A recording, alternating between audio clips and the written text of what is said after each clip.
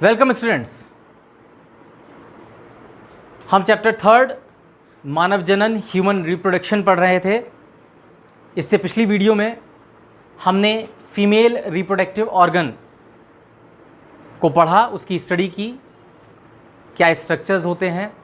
इसके बाद हमें पढ़ना है स्पर्मेटोजेनेसिस, और स्पर्मेटोजेनेसिस जो हम पढ़ रहे हैं हम मेल और फीमेल दोनों में वो स्टडी करेंगे। तो मेल और फीमेल रिप्रोडक्टिव ऑर्गन्स की स्टडी करने के बाद मेल और रिप्रोडक्टिव प्राइमरी सेक्स ऑर्गन यानी प्राथमिक जनन अंग में क्या बनता है। मेल्स के अंदर टेस्टिस वृषण हमने पढ़ा था और फीमेल में ओवरीज, और दोनों क्या बनाती हैं, स्पर्म्स और स्पर्म एंड ओवा यानी गैमीट्स, युग्मक बनाते हैं। तो गैमीट्स के बनने की प्रोसेस को क्या कहा जाता है, that is called gametogenesis. Gametogenesis, इसे हिंदी में युग्मक जनन कहा जाता है। युग्मक जनन, युग्मक माने गैमीट्स। और हमने ये कहा कि मेल के अंदर इसे कहा जाता है स्पर्मेटोजेनेसिस और फीमेल में ओजेनेसिस। तो सबसे पहले मेल्स में स्टडी करते हैं कि क्या होता है स्पर्मेटोजेनेसिस। तो गैमिटोजेनेसिस मेल्स के अंदर है तो दैट इज कॉल्ड, उसे कहते हैं हम स्पर्मेटोजेनेसिस यानी शुक्राणु जनन कहा जाता है। अब इसे पढ़ने से पहले ज़रा थोड़ा सा पीछे की वीडियो के बारे में डिस्कस करते हैं।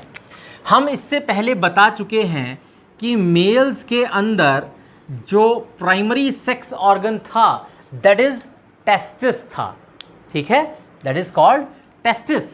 वो टेस्टिस होता है प्राइमरी सेक्स ऑर्गन, और टेस्टिस को के अंदर हमने बताया था क्या चीज़ होती है पिछले पार्ट में, सेकंड वीडियो के अंदर। इसके अंदर हमने कहा था बहुत सारे कंपार्टमेंट्स होते हैं, ठीक। और हमने बताया था आपको कि दे आर नियरली 250 कंपार्टमेंट्स होते हैं। और इन कंपार्टमेंट्स के अंदर हमने क्या पढ़ा था, ईच कंपार्टमेंट, हर कंपार्टमेंट के अंदर जो है 1 से लेकर 4 तक ट्यूब्स पाई जाती हैं। ये रही वो ट्यूब्स, ठीक। और ये जो ट्यूब्स होती हैं इन्हीं को क्या कहा गया था, सेमिनिफेरस ट्यूब्यूल्स। ये कितनी होती हैं, 1 से 4 तक होती हैं। और ये कंपार्टमेंट्स कितने होते हैं, नियरली 250 कंपार्टमेंट्स होते हैं। तो इन कंपार्टमेंट्स में 1 से लेकर 4 तक सेमिनिफेरस ट्यूब्यूल्स पाई जाती हैं, जिसे कहा जाता है हिंदी में शुक्रजन नलिका, ठीक है, या शुक्रजनक नलिका। इंग्लिश में सेमिनिफेरस ट्यूब्यूल्स 1 to 4 होती हैं। हमने आपको ये भी बताया था, क्योंकि ये पढ़ना ज़रूरी है इसके लिए, कि होती कहाँ है ये प्रोसेस स्पर्मेटोजेनेसिस। अगर हम ये 1 से 4 सेमिनिफेरस ट्यूब्यूल्स जो होती हैं इसको कट कर दें, इसको काट दें, तो हमने आपको बताया था कट करने पर इसके अंदर 2 तरह की सेल्स होती हैं। वैसे ये जो सेमिनिफेरस ट्यूब्यूल्स कंपार्टमेंट्स में हमने कहा 1 से लेकर 4 तक या 3 तक पाई जाती हैं। ये 1 से लेकर 4 सेमिनिफेरस ट्यूब्यूल्स जो हैं, इनके साथ साथ यहाँ पर एक और सेल्स हमने बताए थे, जस्ट दैट्स ए रिविजन। यहाँ पे एक तरह के और सेल्स इस कंपार्टमेंट में पाए जाते हैं, और इन सेल्स को कहा जाता है LEYDEG, लाइडिक सेल्स। इन्हें कहा जाता है लाइडिक सेल्स, और हिंदी में इसको अंतराली कोशिका कहते हैं।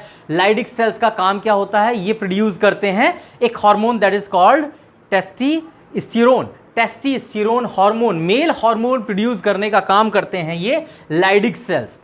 अब हम सेमिनिफेरस ट्यूब्यूल को अगर कट कर दें, ये जो रेड कलर की हमने ट्यूब्यूल बनाई है, इस ट्यूब्यूल को अगर काट दिया जाए तो इसके अंदर जो हैं वो 2 तरह के 2 टाइप्स ऑफ सेल्स प्रेजेंट होते हैं। और वो 2 तरह के सेल्स को हम ऐसे शो कर देते हैं, एक सेल को हम क्रॉस बनाकर शो कर देते हैं और दूसरे सेल को हम ब्लैक कलर के डॉट से रिप्रेजेंट कर लेते हैं, जिससे कि आप इसको ईजिली समझ सकें।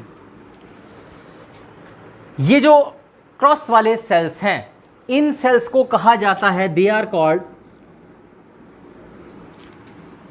और एक सेल्स ये ब्लैक कलर वाले हैं। ब्लैक कलर के सेल्स हैं suppose Sertoli cells, these are called Sertoli cells. और दूसरी तरह के सेल्स जो होते हैं दे आर कॉल्ड स्पर्मेटोगोनिया।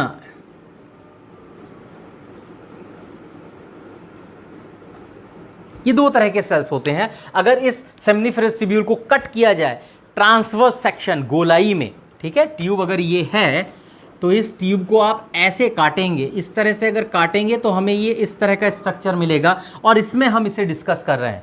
तो स्पर्मेटोगोनिया और दूसरे सर्टोली सेल्स, लाइडिक सेल्स हमने आपको बता दिया ये क्या बनाते हैं, ये बनाते हैं male hormone, they produces male hormone. Spermatogonia और सर्टोली सेल्स क्या करते हैं, they provide nutrition to the sperm. और स्पर्मेटोगोनिया क्या करता है, ये फॉर्म करता है स्पर्म, यही बनाता है स्पर्म यानी कि शुक्राणु, ये शुक्राणु का निर्माण करता है, स्पर्म फॉर्मेशन करता है स्पर्मेटोगोनिया। और सर्टोली सेल्स क्या करते हैं, they provide nutrition to the sperms, nutrition provide करते हैं स्पर्म को, ठीक है। तो यहां पर यह जानना जरूरी है, यह है स्पर्मेटोगोनिया कहां मौजूद है, प्रेजेंट इन सेमिनिफेरस ट्यूब्यूल्स। तो सेमिनिफेरस ट्यूब्यूल्स में दो तरह की cells, spermatogonia and Sertoli cells. Spermatogonia forms sperms, sperm यानी शुक्राणु बनाती है, सर्टोली सेल पोषण प्रदान करती है स्पर्म शुक्राणु को, यानी कि न्यूट्रिशन प्रोवाइड करता है स्पर्म को। अब हमें क्या पढ़ना है, स्पर्म फॉर्मेशन पढ़नी है, तो हम क्या पढ़ेंगे, स्पर्मेटोगोनिया। स्पर्मेटोगोनिया में होगी स्पर्मेटोजेनेसिस, क्लियर, यहां होती है ये प्रोसेस जो हमें पढ़नी है। बहुत सिंपल प्रोसेस है, डरने की जरूरत नहीं कि क्या है क्या नहीं है, ठीक, इसको समझिए। शुक्राणु जनन, अब इसे समझते हैं।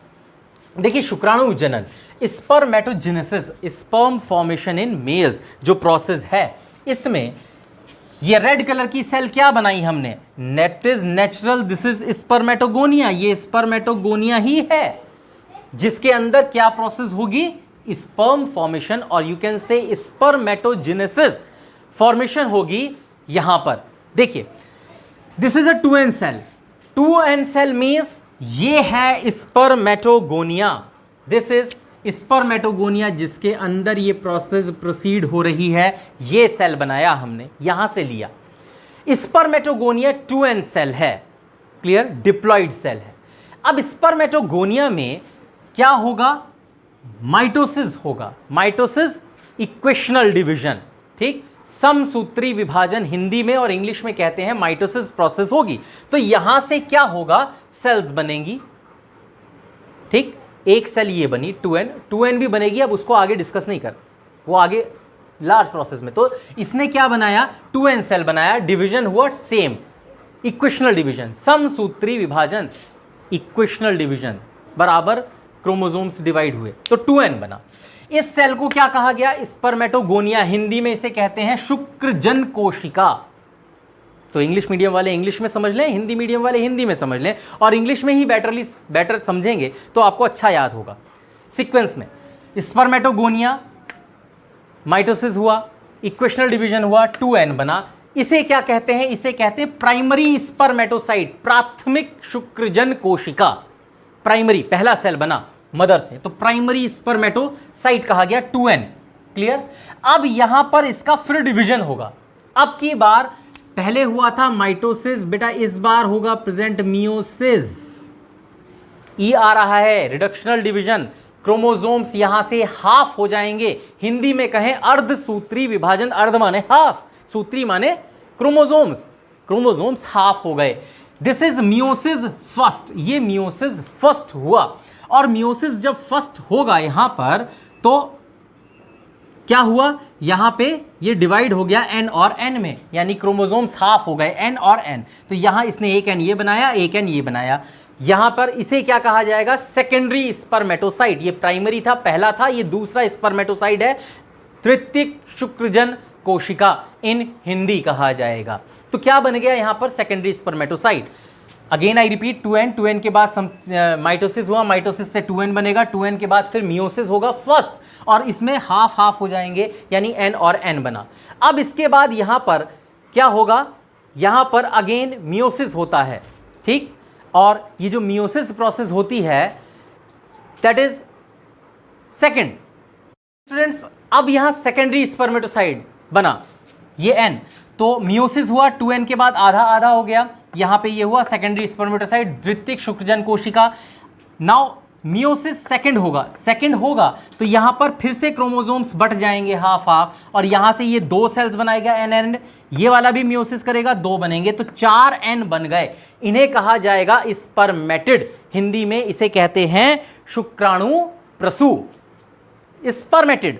अब ये स्पर्मेटिड आगे डेवलप होके बनाते हैं स्पर्म यानी शुक्राणु। तो कितने स्पर्म्स बने? 4 स्पर्म्स बनेंगे, that is a male gamete. ये प्रोसेस कही जाती है शुक्राणु जनन क्रिया यानी कि spermatogenesis. I again repeat, sequence में याद कीजिए 2n, ये कहाँ हो रही है प्रोसेस? स्पर्मेटोगोनिया में, तो ये स्पर्मेटोगोनिया, इसके अंदर सबसे पहले डिवीजन होगा मियोसिस, मियोसिस होने के बाद 2n बनेगा, इक्वेशनल डिवीजन है, इसे प्राइमरी स्पर्मेटोसाइड कहा जाएगा। इसके बाद फिर मियोसिस फर्स्ट होगा, आधा आधा हो जाएगा, ठीक, 2 बनेंगे एन एंड एन, इसे सेकेंडरी स्पर्मेटोसाइड कहा जाता है। इसके बाद फिर से रिडक्शनल डिवीजन होता है यानी मियोसिस सेकंड होगा, और फिर एन एन एन 4 बनेंगे, ये भी 2 बनाएगी, ये भी 2 सेल्स बनाएगा, और फिर ये इन्हें कहा जाएगा स्पर्मेटिड, और इसके बाद ये फर्दर डेवलप होने के बाद बनाते हैं sperms. So this is the process of spermatogenesis. Now students, the next topic is structure of sperm, शुक्राणु की संरचना। जो स्पर्म अभी बना है स्पर्मेटोजेनेसिस प्रोसेस से, उसका क्या स्ट्रक्चर होता है? देखिए स्ट्रक्चर इसका इस तरह का होता है। इस स्ट्रक्चर के अंदर this is the head part, इतना हिस्सा हेड पार्ट है, ये बनाया, और इसके ऊपर एक cap like structure that is called acrosome, और ये गोल स्ट्रक्चर या इस तरह का स्ट्रक्चर ये होता है हेड, इसे हिंदी में शीर्ष कहते हैं, हेड ही याद कीजिए। इसके अंदर मौजूद होता है, प्रेजेंट होता है एक न्यूक्लियस, और न्यूक्लियस के अंदर मौजूद होता है डीएनए। क्या प्रेजेंट होता है? DNA. This is nucleus, head के हिस्से में, जिसे हम एन कह देते हैं, ठीक है, यानी कि यही है क्रोमोसोम एन, रिडक्शनल डिवीजन से जो बना। फिर ये हिस्सा नीचे का नेक का हिस्सा आता है, और यहां से नेक और ये इतना हिस्सा that is called middle part, ठीक, बीच का हिस्सा है। और इस बीच के हिस्से में क्या होते हैं? लार्ज अमाउंट में माइटोकॉन्ड्रियाज होते हैं। कितने? लगभग, तो ये बीच के हिस्से में 10 से 14, 10 to 14 mitochondria are present in the middle part of the sperm, and in the head part DNA is present, or you can say the chromosome number that is N, ठीक, न्यूक्लियस में। ये मिडिल पार्ट में mitochondria होते हैं। Mitochondria का काम क्या होता है? माइटोकॉन्ड्रिया प्रोवाइड एनर्जी, एटीपी की फॉर्म में एनर्जी देते हैं। So we can say they forms ATP to provide energy for the movement of the tail. Sperm के अंदर टेल का मूवमेंट बहुत ही ज्यादा रैपिड होता है, जिसकी वजह से ये बहुत ही ज्यादा मोटाइल होते हैं, they can move very fast. और टेल किस एनर्जी से मूव करती है? The energy provided by the mitochondria. And how many mitochondrias are present in this? Near about 10 to 14 mitochondrias are present in the middle part of the sperm, और ये mitochondria energy provide कराता है tail को। This part is known as tail, and this is the end piece, sperm का सबसे last का हिस्सा होता है। एक्रोसोम का क्या काम होता है? अब देखिए एक्रोसोम क्या करता है। एक्चुअली जो एग होता है, फीमेल गैमीट, जिसे हम, this is a female gamete that is ओवा, ठीक, एन।